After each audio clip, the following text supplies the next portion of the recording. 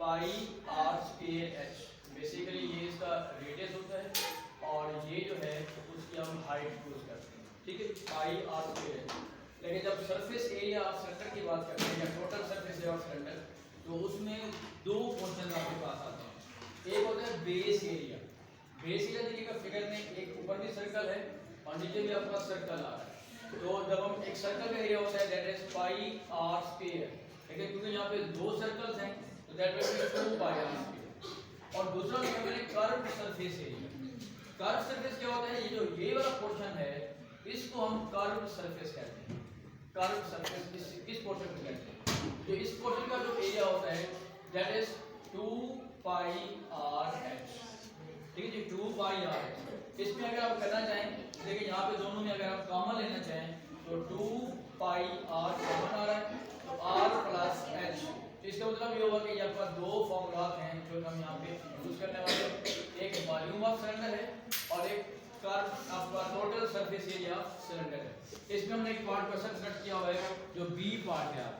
इसमें देखिएगा कंप्लीट दिया हुआ है, ये पूरा बेसिकली आपका दिया हुआ है डायमीटर। डायमीटर आपके पास है जी 1.2 मीटर। जो रेडियस होता है वो उस डायमीटर का हाफ होता है। The radius is half of the diameter. तो अगर ये 1.2 है उसको डिवाइड करेंगे, बेसिकली ये 12 है, जब डिवाइड कर देंगे तो 0.6 मीटर आ जाएगा।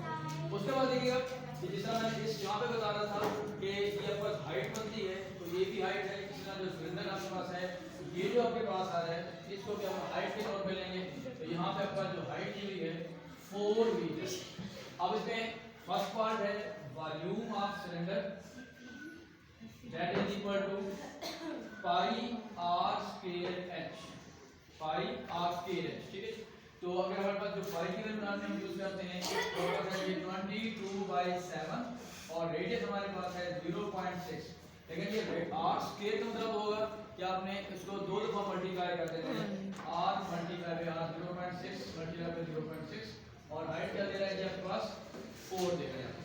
अब आप इसको जब सॉल्व करेंगे, क्योंकि अगर कैलकुलेटर अलाउड होता है किसी पेपर में तो आप सिंपल कैलकुलेटर से सॉल्व करें और उसको उस पर डिवाइड कर दीजिए।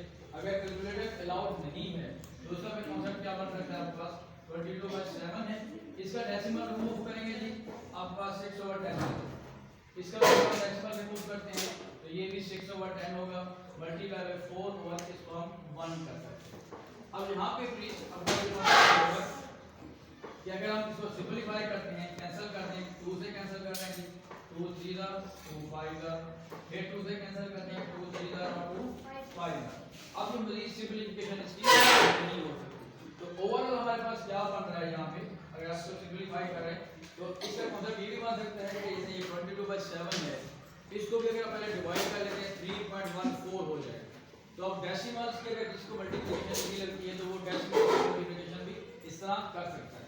अब आप देखिएगा ऊपर हमारे पास क्या वैल्यू आ रही है, जो ऊपर वाले न्यूमरेटर के नंबर्स हैं उनको आपस में मल्टीप्लाई कर देते हैं और नीचे जो वैल्यूज हैं उनको हम आपस में मल्टीप्लाई कर देते हैं, ठीक है जी। तो ऊपर हमारे पास क्या आ रहा है जी, अगर हम इसको मल्टीप्लाई करते हैं जैसे 66 मैं पार्ट वाइज कर रहा हूँ और जब इससे मल्टीप्लाई करें तो वो 12 हो गया। तो 6 2 12 और ये 13 आ जाएगा और ये 6 और 6 बन गया ये 2 9 और 7।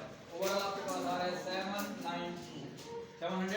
792 और नीचे जो वैल्यू आपके पास आ रही है देखिए 5 5 करते हैं तो ये बन जाएगा 25 को 7 से क्या करते हैं आप मल्टीप्लाई करेंगे, 7 5 35 3 आ जाएगा 7 2 14 और 3 17 तो ये बनेगा 175।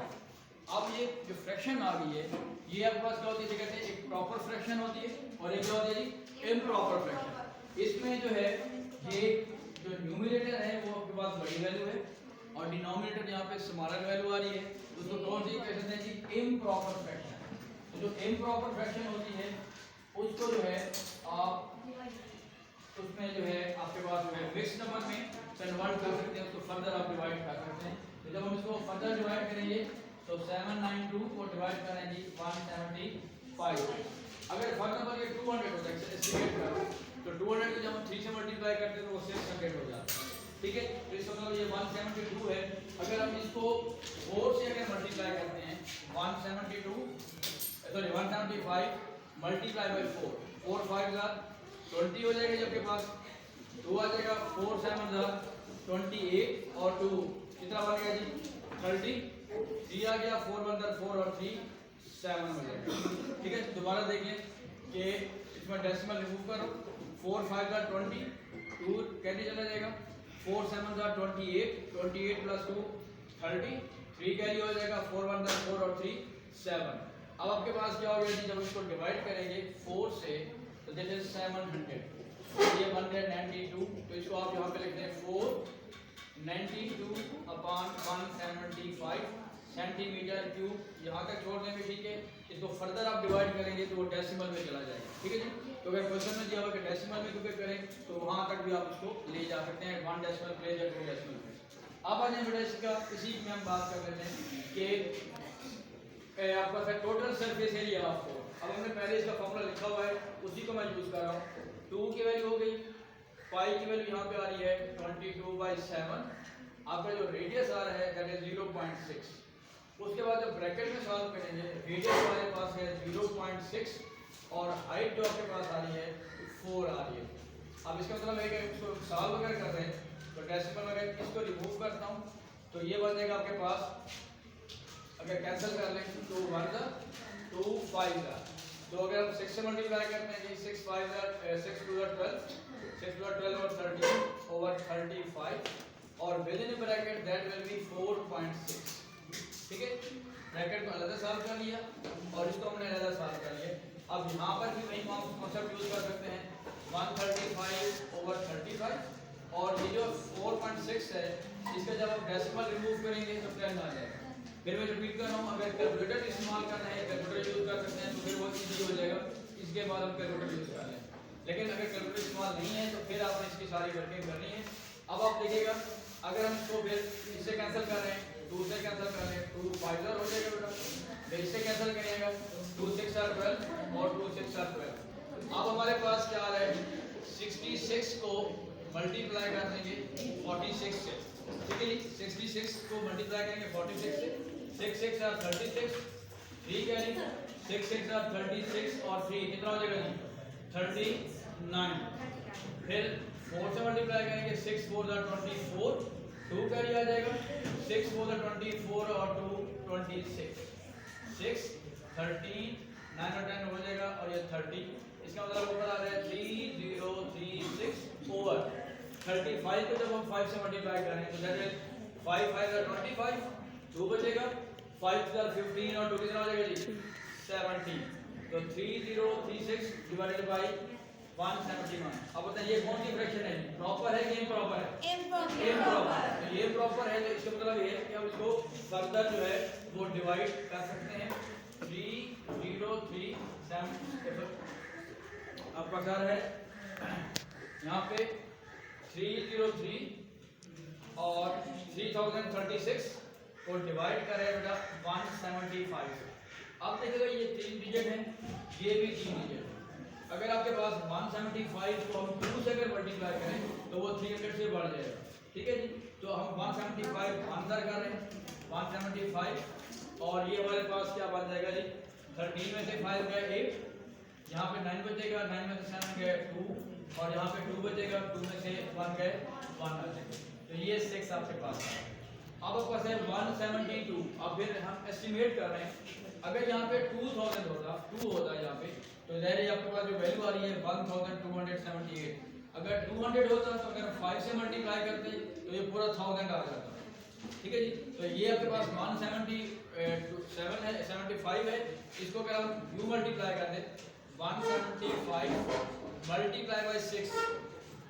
ठीक है जी, तो अगर मल्टीप्लाई करते हैं 6 5 30, ये आ जाएगा जी 6 7 42, 4 आ जाएगा और आपके पास 6 5 30 और 42 होगा तो 30 आपके पास क्या आ जाएगा 45 बन जाएगा जी। 6 5 30, 3 कैरी, 6 7 42 और 3 45, 4 आ गया, 6 1 6 और 4 10 हो जाएगा। तो इसका मतलब है कि यहाँ पे अगर 6 से करते हैं तो 1050 क्या आंसर आ रहा है आपके पास 6 और यहाँ पे क्या बन गया है 3 और आपके पास कितना आ रहा है 236। इसका मतलब है कि हम एक और से भी मल्टीप्लाई यहाँ पे कर सकते हैं। जो वैल्यू आ रही है तो 175 को मल्टीप्लाई करते हैं आप 7 से। 7 5 का 35, 3 आ जाएगा।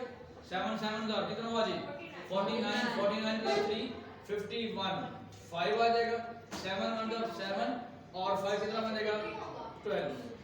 ठीक है जी, दोबारा बोल रहे हैं। 7 5 का 35, 3 आ जाएगा।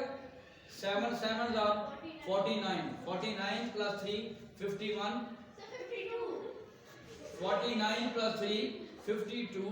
तो यहाँ पे 2 आ गया और यहाँ पे 5 बचेगा जी। 7 1 का 7 और 5 12। तो कितना हो गया जी हमारे पास? तो ये बन रहा है जी 1 2। इसको हम दोबारा कर लेते हैं क्योंकि यहाँ पे मल्टीप्लाई किससे कर रहे हैं बेटा 7 से। ऐसा 6 से किया हमने तो ये आपके पास आ गया 7 से करने के बाद हमारे पास जो वैल्यू आ रही है दैट इज 1 2 2 5। हाँ यहाँ पे 1 और ये बनेगा 51। तो आपका आंसर क्या आ रहा है जी 1751/175 सेंटीमीटर स्क्वायर। अगर आप इसको फर्दर डिवाइड करेंगे डेसिमल्स में भी इसको सॉल्व कर सकते हैं क्योंकि आपका आंसर क्वेश्चन जो है डेसिमल में दिया हुआ है तो डेसिमल में भी इसको लेके जा सकते हैं। ठीक है, इसको जो फर्दर आप डेसिमल में डिवाइड कर सकते हैं, यहाँ तक भी इसको छोड़ सकते हैं। अगर आपके पास कैलकुलेटर के बगैर है, अगर कैलकुलेटर के साथ सॉल्व करना है तो फिर हमारे पास ये सारा कैलकुलेशन जो है वो आसान से पेपर में हम कैलकुलेटर से यूज कर सकते हैं। हाँ नहीं, पेपर में अगर आपको कैलकुलेटर अलाउड है, पेपर में लिखा हुआ है कि कैलकुलेटर इज अलाउड तो फिर आप कैलकुलेटर इस्तेमाल करेंगे। लेकिन अगर आपका नोट दिया हुआ है कि कैलकुलेटर इज नॉट अलाउड तो फिर पहले अपने कैलकुलेटर इस्तेमाल नहीं करना। अगर हम कैलकुलेटर इस्तेमाल करते हैं तो हमारा जो क्वेश्चन है ये यहाँ पे ही खत्म हो चुका होगा अभी तक। ओके जी।